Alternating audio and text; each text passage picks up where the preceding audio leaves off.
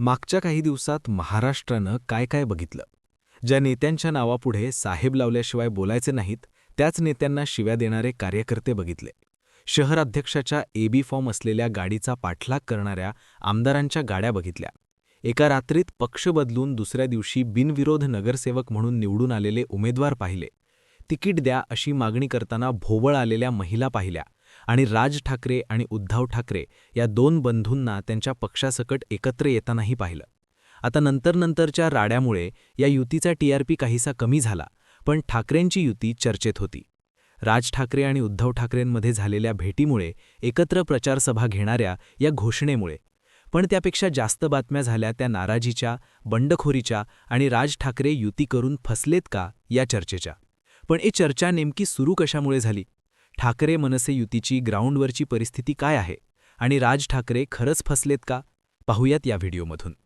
आता राज ठाकरे युती करून फसलेत या चर्चा होण्याचं पहिलं आणि बेसिक कारण म्हणजे मनसेला मिळालेल्या जागा. मुंबई महानगरपालिकेत 227 वॉर्ड आहेत. या जागांवर निम्म जागा वाटप होणार नाही याची मनसेला खात्री होती. त्यामुळे ठाकरे गट मोठा भाऊ होईल हे निश्चित होतं. पण मनसेला जागा मिळाल्या 53. ठाकरे गट 164 जागा लढवतोय आणि शरद पवारांच्या राष्ट्रवादीला 10 जागा सोडण्यात आल्यात. नोव्हेंबर महिन्यात एक बातमी आली मनसेनं केलेल्या सर्व्हेची. या सर्व्हेनुसार मनसेची मुंबईतल्या 125 जागांवर ताकद असल्याचं सांगण्यात आलं होतं. साहजिकच मनसेकडून या सगळ्या जागांसाठी जोर लावला जाईल अशी शक्यता होती.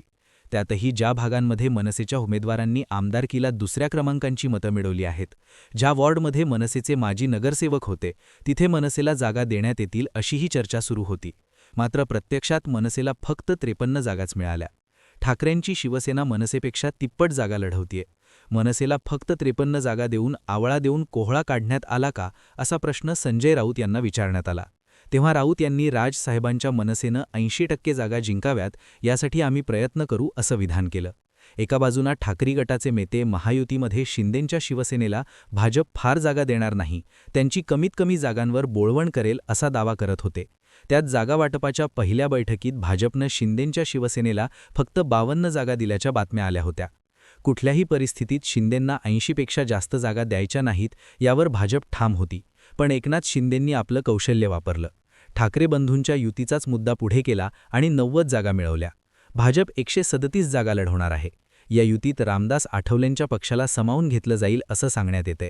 पण तरीही शिंदेंचा आकडा 84च्या खाली येत नाही. पण इकडे मनसे मात्र युती करून ठाकरेंच्या शिवसेनेपेक्षा 3 पटीनं कमी जागा लढवत आहे. साहजिकच जागा वाटपात चांगला आकडा मिळवण्यात राज ठाकरेंना अपयश आले. त्यामुळे युती करून राज ठाकरे फसल्याची चर्चा सुरू आहे. राज ठाकरे युती करून फसल्याची चर्चा होण्याचं दुसरं कारण म्हणजे हक्काच्या जागा आणि हक्काचे भाग गमावणं. जेव्हा मनसे आणि ठाकरेंच्या शिवसेनेच्या युतीची चर्चा सुरू होती, तेव्हाच मनसेनं जोवर जागा वाटपाचा तिढा सुटत नाही तोवर युतीची घोषणा करू नये अशी भूमिका घेतली होती. हा तिढा वाढला होता तो भांडूपमधल्या जागांवरून. या जागांवर दोन्ही पक्षांच्या उमेदवारांकडून दावा सांगण्यात येत होता. हा तिढा जागा वाटप होऊन अर्ज भरून झाल्यावरही कायम राहिला. भांडूपमध्ये येणाऱ्या वॉर्ड क्रमांक 114 मध्ये मनसेच्या माजी नगरसेविका अनिशा माजगावकर इच्छुक होत्या. पण ठाकरेंच्या शिवसेनेचे माजी आमदार रमेश कोरगावकर इथून आपल्या पत्नीला उमेदवारी द्यायला इच्छुक होते. शेवटी ही जागा ठाकरे गटाला गेली.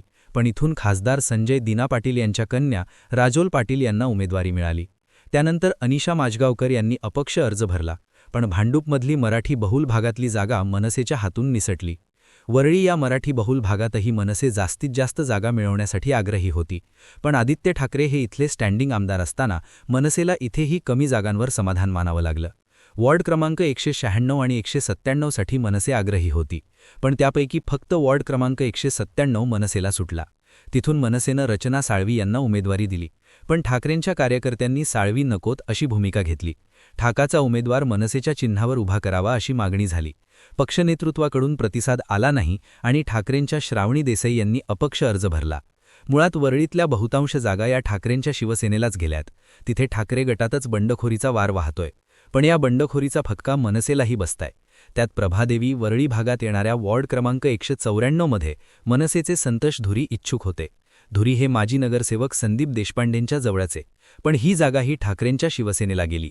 तिथे आमदार सुनील शिंदे यांचे बंधू निशिकांत शिंदे यांना उमेदवारी मिळाली आणि मनसेच्या आणखी एका कट्टर कार्यकर्त्याला उमेदवारीपासून लांबच राहावं लागलं. वॉर्ड क्रमांक 192 मधून मनसेनं यशवंत किल्लेदार यांना उमेदवारी दिली, पण त्यांच्या विरोधात ठाकरेंच्या प्रकाश पाटणकर यांनी थेट एकनाथ शिंदेंकडून आपल्या पत्नीसाठी तिकीट आणलं. साहजिकच मनसेसमोर ठाकाचा माणूस प्लस शिंदेंची यंत्रणा असं चित्र उभं राहिलं. वॉर्ड क्रमांक 106 मध्ये मनसेच्या सत्यवान दळवींना तिकीट मिळालं, म्हणून ठाकरेंच्या सागर देवरेंनी बंडखोरी केली. आता राज ठाकरेंना या गोष्टीचा फटका कसा बसतोय? तर मराठी बहुल भागांमध्ये मनसेला अपेक्षेप्रमाणे जागा मिळाल्या नाहीत. दुसऱ्या बाजूला ज्या ताकद असलेल्या जागा मिळाल्या तिथे ठाकरेंच्या कार्यकर्त्यांकडून बंडखोरी झाली. तर कित्येक ठिकाणी मनसेचा दावा स्ट्रॉंग असताना जागाच ठाकरे गटाकडे गेली. स्थापनेपासून मनसे सत्तेत आली नाही. त्यात 2017च्या महापालिका निवडणुकांनंतर राज्याच्या राजकारणात अनेक स्थित्यंतरं झाली. पण तरीही काही कार्यकर्ते मनसेसोबतच एकनिष्ठ राहिले. शून्य आमदार असताना मनसेचा बेस हे कार्यकर्ते, शाखाप्रमुख, विभागप्रमुख आहेत. पण युतीमध्ये लढताना त्यांनाच साईडलाईन करावं लागलं. यामुळे पक्षाची ताकद असलेल्या केडरमध्ये चुकीचा मेसेज गेला. स्वबळावर लढताना उमेदवारीची संधी सगळ्यांना देता आली असती आणि सोबतच मराठी बहुल भागात पक्षाचं अस्तित्व ताकदीनं कायम ठेवता आलं असतं. पण आता याच गोष्टीसाठी राज ठाकरे आणि मनसेपुढे पेस तयार झालाय. कारण तिप्पट जागा लढवणाऱ्या ठाकरेंच्या शिवसेनेचा फटका हक्काच्या जागा आणि हक्काचे भाग राखताना बसलाय. राज ठाकरे युतीतून फसल्याचं तिसरं कारण म्हणजे मुंबई बाहेरही साईडलाईन होणं. राज ठाकरेंचा करिश्मा हा मुंबईपुरता कधीच मर्यादित नव्हता, आत्ताही नाहीये. 2012मध्ये पुण्यात शिवसेनेचे 15 नगरसेवक निवडून आले होते, तेव्हा मनसेचे नगरसेवकांचा आकडा होता 28. 2012मध्ये नाशिकमध्ये शिवसेनेचे 19 नगरसेवक निवडून आले होते. मनसेनं 40 नगरसेवकांसह सत्ता मिळवली होती. अर्थात नंतर इथे मनसे बॅकफुटला गेली. पण या दोन शहरांमध्ये मनसेनं ताकद कायम ठेवली होती. साहजिकच दोन्ही ठाकरे एकत्र आल्यानंतर ठाकरे गटाच्या संघटनेची ताकद प्लस राज ठाकरेंचा करिश्मा या बेरजेच्या जोरावर मनसेला इथे चांगला स्पेस मिळणं अपेक्षित होतं. पण प्रत्यक्षात काय झालं? तर नाशिकमध्ये ठाकरे गट 80 आणि मनसे 34 जागा लढवत आहेत. इथेही ठाकरे गटाकडे दुपटीपेक्षा जास्त जागा आहेत. पण महत्त्वाचं म्हणजे 9 जागा अशा आहेत जिथे ठाकरे आणि मनसेचे उमेदवार एकमेकांच्या विरोधात लढता आहेत. हा एबी फॉर्ममधल्या वाटपामुळे झालेला गोंधळ आहे असं सांगण्यात येत असलं तरी थेट 9 जागा धोक्यात येतात आणि युती म्हणून मिळालेल्या जागांचा आकडा 20 वर येतो. हेच पुण्यात मनसे 44 जागा लढवते आहे. पण अनेक ठिकाणी मनसेचे भक्कम उमेदवार असताना त्यांना आपल्या कुटुंबात उमेदवारी द्यावी लागली आहे किंवा माघार घ्यावी लागली आहे, कारण त्या जागा ठाकरे गटाला गेल्या आहेत. थोडक्यात नाशिक आणि पुण्यामध्येही कार्यकर्त्यांमध्ये नाराजी पसरली आहे. राज ठाकरेंनी केलेली बांधणी इतकी भक्कम होती की हे कार्यकर्ते सत्ता नसतानाही सोबत राहिले होते. पण यंदा 2 ठाकरे एकत्र येत असताना, ठाकरे ब्रँड चर्चेत असताना याच कार्यकर्त्यांना उमेदवारी मिळालेली नाही. युती करून राज ठाकरेंचं नुकसान झालंय ते हेच. राज ठाकरेंनी मुंबईतल्या उमेदवारांची गुरुवारी भेट घेतली, त्यांना शुभेच्छा दिल्या.